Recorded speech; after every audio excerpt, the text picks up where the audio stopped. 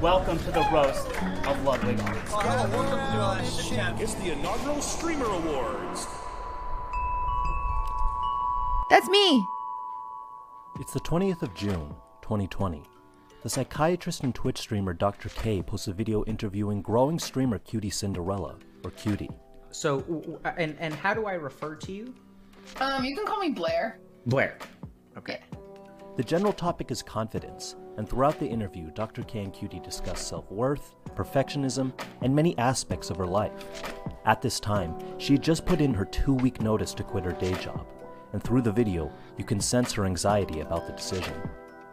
I've always said to myself that I couldn't handle Twitch mentally as a full-time job, so I'm very scared.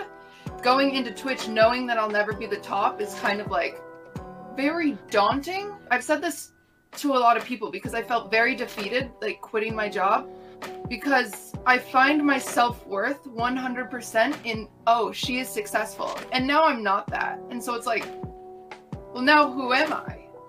She's crying. Compare that to March 12th, 2022. The Streamer Awards finished up their inaugural event.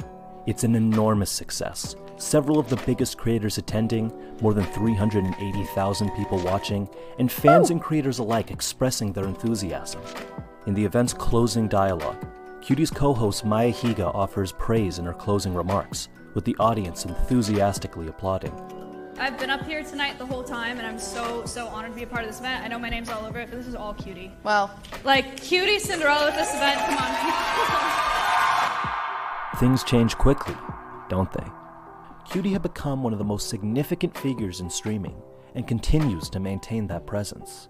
She doesn't have an enormous community like XQC or Asmongold, and she doesn't release constant high-performing videos like Ludwig or Moist Critical. What she has done, though, is completely changed the landscape of Twitch. She's pushed and continues to push the envelope of collaborative content. The Roast of Ludwig, Shitcamp, and the Streamer Awards are some of the most notable streaming events in recent memory. In this video, we're going to take a look at how she did it. how did I do it? Ludwig. The first big event in Cutie's career had pretty modest Kind of weird. He left out my Christmas concert. Good concert. beginnings. A nice surprise for her partner Ludwig.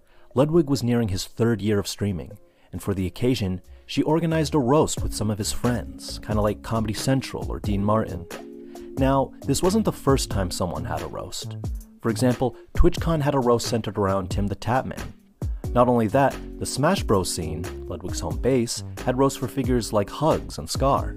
Roasts were nothing new, but compared to the others that had the backing of Twitch and Beyond the Summit, Ludwig's roast was all Cutie and her team. It might sound like I'm belittling Cutie's efforts, but I'm doing the opposite. Because while it wasn't as groundbreaking as some of her future projects, the event had the personal and polished touch that would define her next events. Instead of buttoned-up readings of ghost-written jokes between people that didn't really know one another, Ludwig's roast was simply a group of friends ribbing each other, many of them sharing personal stories. Slime is a really great help, and he adds a lot of value to not just my stream, but my life. And he takes that same value away when we do a sponsor stream and he talks about sucking and fucking for 10 minutes straight. And they have to talk to me and say, you can't talk about sucking and fucking. That's true, that really happened. We didn't even talk about that, you should have known. I feel like I like jokes more than you. That's not at all, though, to say the event was poorly put together. Cutie's organization is very impressive.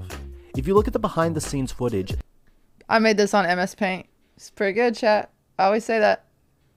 you get a sense of how much of a nightmare everything is. Hiring support staff, choosing a venue, and scheduling rapid COVID tests for every invite.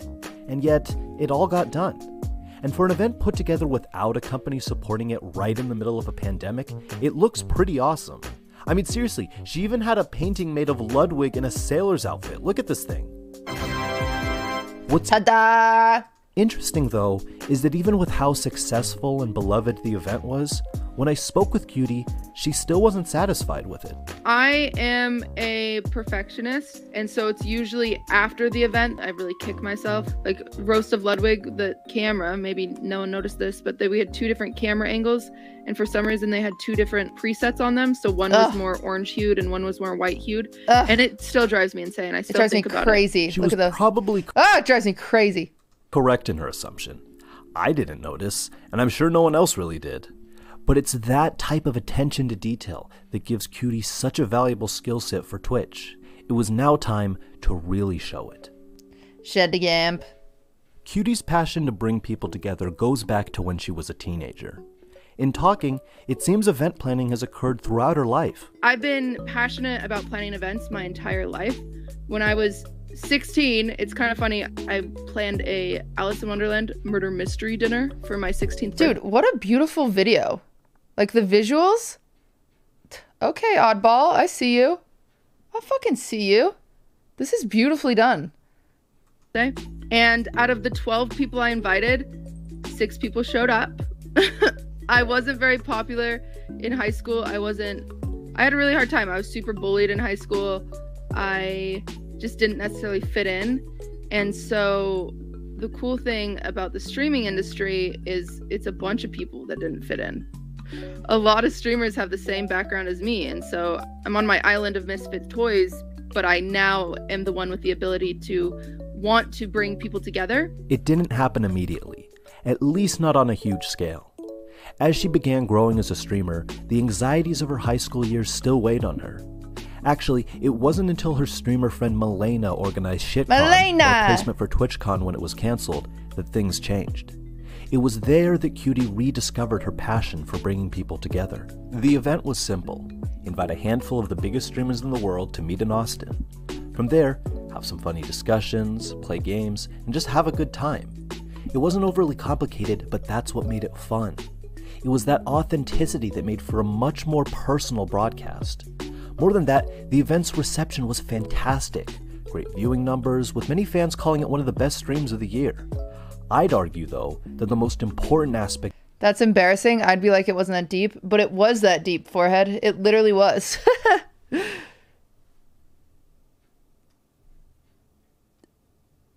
of it was how it impacted Cutie, and therefore the rest of Twitch. I hit a bit of a standstill with COVID where I felt like I wasn't really going anywhere with streaming. I wasn't providing anything. I didn't feel driven. And then my friend Milena planned ShitCon, and I went to it, and everyone loved it. And so it's really Milena that inspired me to get back into it, that maybe they didn't come to my parties when I was 16, but maybe they'll come now. It was there that Shit Camp was born. Cutie's camping event was where we really got to see her stretch her organizational muscles. It was way more ambitious than the Roast of Ludwig, more ambitious than the event's inspiration. In every way, Cutie pushed the envelope. Instead of a few hours, the event would go on for almost a week. There'd be an even wider assortment of different streamers, and the events and broadcast strategy would be as refined as a Swiss-made watch. Playing the watchmaker was QTCinderella. Cutie's project management and perfectionism made her event a benchmark for collaborative content. Using her experience in corporate management, she took a meticulous approach to making the event run as smoothly and effectively as possible. She wanted there to be a steady supply of unique content. She wanted to make everything run on a smooth schedule. And she wanted to give all the streamers the opportunity to host the event to make it beneficial for everyone. It was a tall task for anyone, but Cutie was one of the only streamers, perhaps the only one, that had the skill and will to do it. Taking advantage of processes like the Franklin Covey time management system, she made spreadsheet after spreadsheet, coming up with content ideas, assigning them to people's channels, and scheduling them in the most effective way possible. Some of the events included an in-real-life scavenger hunt, a pajama party, and a 32-person kickball tournament featuring members of 100 Thieves and Offline TV. They even had a promotional theme song. That kickball tournament was Ludwig. I feel like because it was during Shit Camp, I get a lot of credit for that, but that should all go to Ludwig. Events included an in-real-life scavenger hunt, a pajama party, and a 32-person kickball tournament featuring members of 100 Thieves and Offline TV. They even had a promotional theme song. Let's gather around at Shit Camp and sing our Shit Camp song. Of course, it'd be unfair to say Cutie's the only person involved in streaming that's capable of creating big in-person events. Obviously, there's stuff like TwitchCon that do something similar. Those events definitely have too corporate of a feel though. Cutie's unique role though is that she has the perspective of a streamer and stays true to it. It's that balance between professionalism and raw spirit that makes her capable of producing unique events. I actually did get some pushback from some of the streamers attending when they saw the schedule. They were like, Cutie, no one's gonna like this Soda poppin'. schedule. Like, viewers aren't gonna like this. They're gonna feel like there's too much going on. Like, we're not just chilling. It's too structured. And I was like, no. It's all about having a plan and then letting the plan live. You know, I don't show up to girls' night and say, okay, now we have to do nail polish. Now we have to do this. Now we have to do that. I have everything provided there, and then you let it flow naturally, and you let streamers do what they do best, and that's improv. All streamers are just amazing improvers. So as long as you have fun tools for them to improv with and activities, then you're always going to have a lovely, lovely stream without it being overproduced. As Cutie predicted, it worked beautifully. The event was a rousing success. It averaged more than 65,000 viewers throughout the event, received tons of enthusiasm from fans, as well as words of praise from all the creators involved. Several of the smaller streamers received boosts in popularity following everything, and Cutie recalls the splash it created in the streaming industry. 100 Thieves soon organized their own camping-themed event.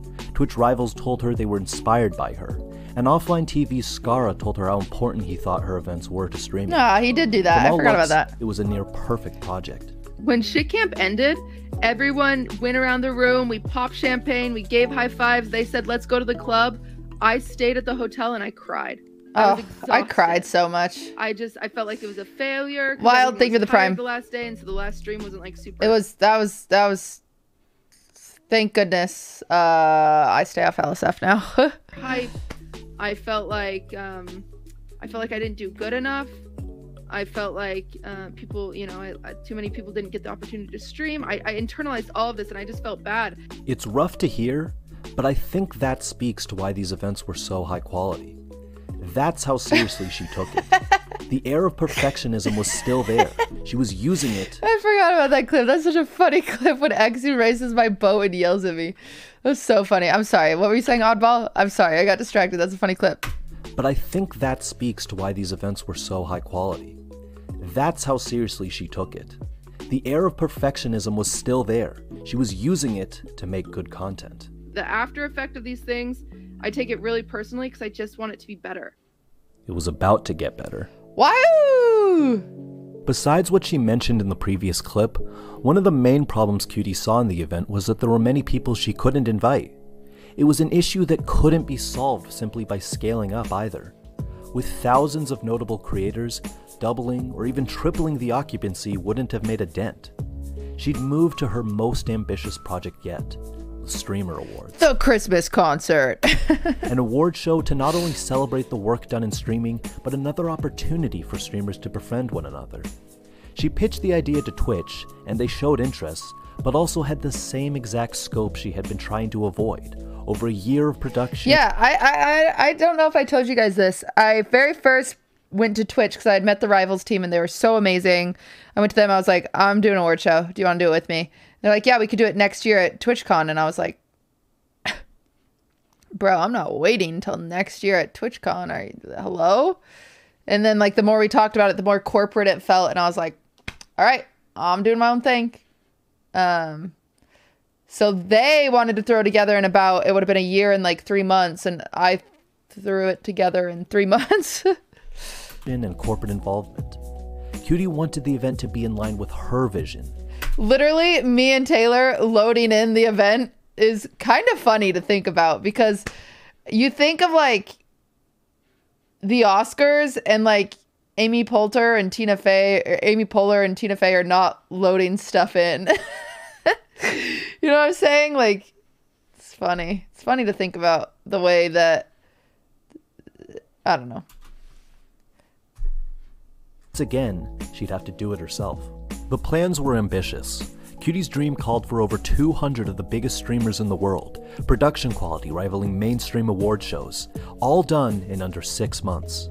As she got to work, however, Cutie understood that the hardest task wasn't managing logistics, navigating COVID testing, or even putting up tens of thousands of dollars of her own money without a clear return on investment.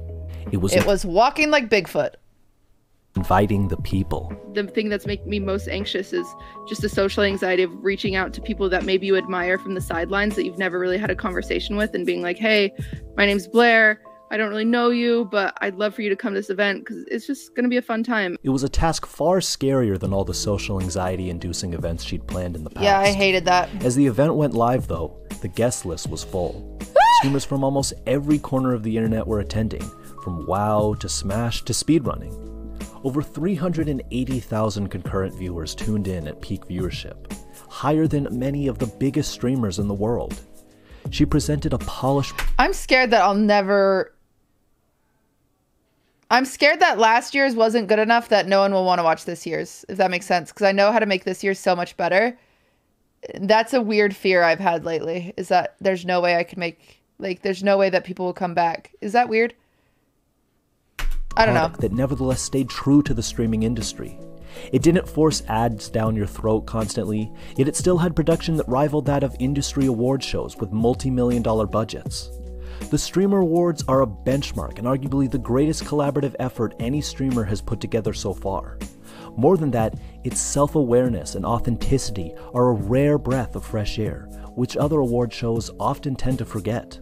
One more thing to all the viewers out there before we say goodnight. Don't forget to Twitch Prime. Christmas concert! I wanted to end off mentioning one final event of hers. A little Christmas concert streamers could hang out and perform some music. It wasn't as notable as the others on the surface, but there's one instance that I think beautifully drives home what Qt's all about. At the start of her Twitch career, as she talked about in that Dr. K clip, Qt was on a journey of self-discovery, seeking the answer to a question so many of us go through. Who am I?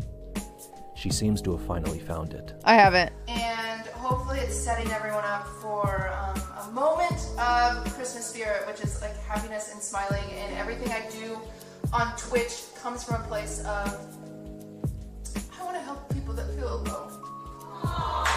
Oh, why did you guys say aw like that? You guys are cringe. Don't say aw.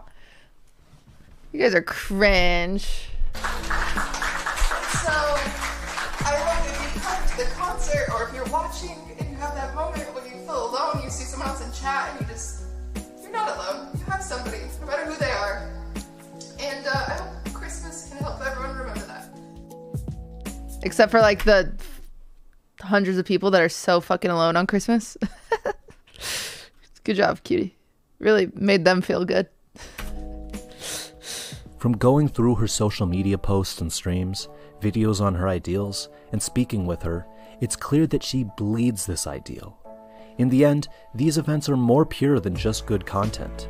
More than a roast, it's a chance for close friends to share some laughs. More than a cannonade of content, it's an opportunity for new friends to form memories together. And more than an award show, it's a bridge for that island of misfit toys to reach other reefs. Aww. Qt came to me with this idea and said, hey, I want to create a big award show. And if it was tips out from OTK, I'd say that you're crazy, but QTCinderella, I said, this will work.